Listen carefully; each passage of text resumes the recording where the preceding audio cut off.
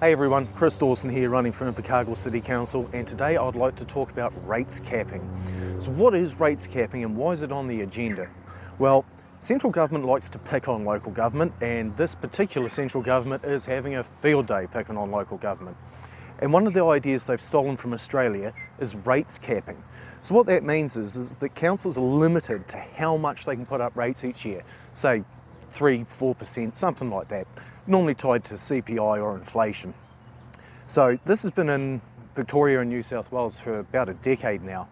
And how's it gone for them? Well, the ratepayers are really happy for a starter because they had financial certainty. They knew their rates would go up a set amount each year and you could budget for it. You can make long-term plans. It was brilliant.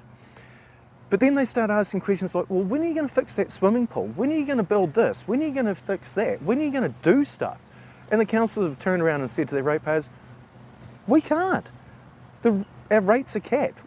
And because inflationary pressure is a thing, if you can't maintain assets, then eventually you have to start cutting services to pay for things. And it's just a really slippery slope.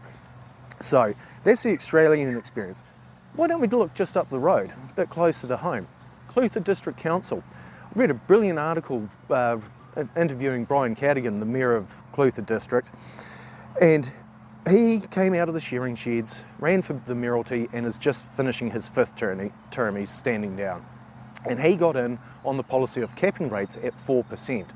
Now, this was a brilliant idea, and after 9 years of it, Clutha had absolutely zero debt and $28 million in the bank. Rates capping must work really well, right? Right? No, it blew up spectacularly on the poor bugger, because what's happened is three waters. So Clutha District is now $148 million in debt, I believe it is, and their rates went up 24% last year because they've got this massive backlog of work they've got to do because they were living within a very tight budget for so long. So rates capping is a good idea for a short-term proposal, but long-term, really, really dumb. Really dumb. And if you applied rates capping to Invercargill, and I certainly hope they don't, things like there's meant to be another pool being built at Splash Palace in the long-term plan, 18.8 million. Nah, that'd be cut straight away because how are we going to pay for it? If we can only put up rates 3% a year, there's not going to be any money for that. And like so fixing Rugby Park, nah, forget that. Because eventually what's going to happen is we're going to have to start cutting services just like they found they've had to in Australia, and probably are going to find in Clutha. So do you really want to go there? Do you really want that short-term glory for the long-term misery that it's going to inflict on you and your city? Because when you start talking about cutting services, it can get real messy real quick.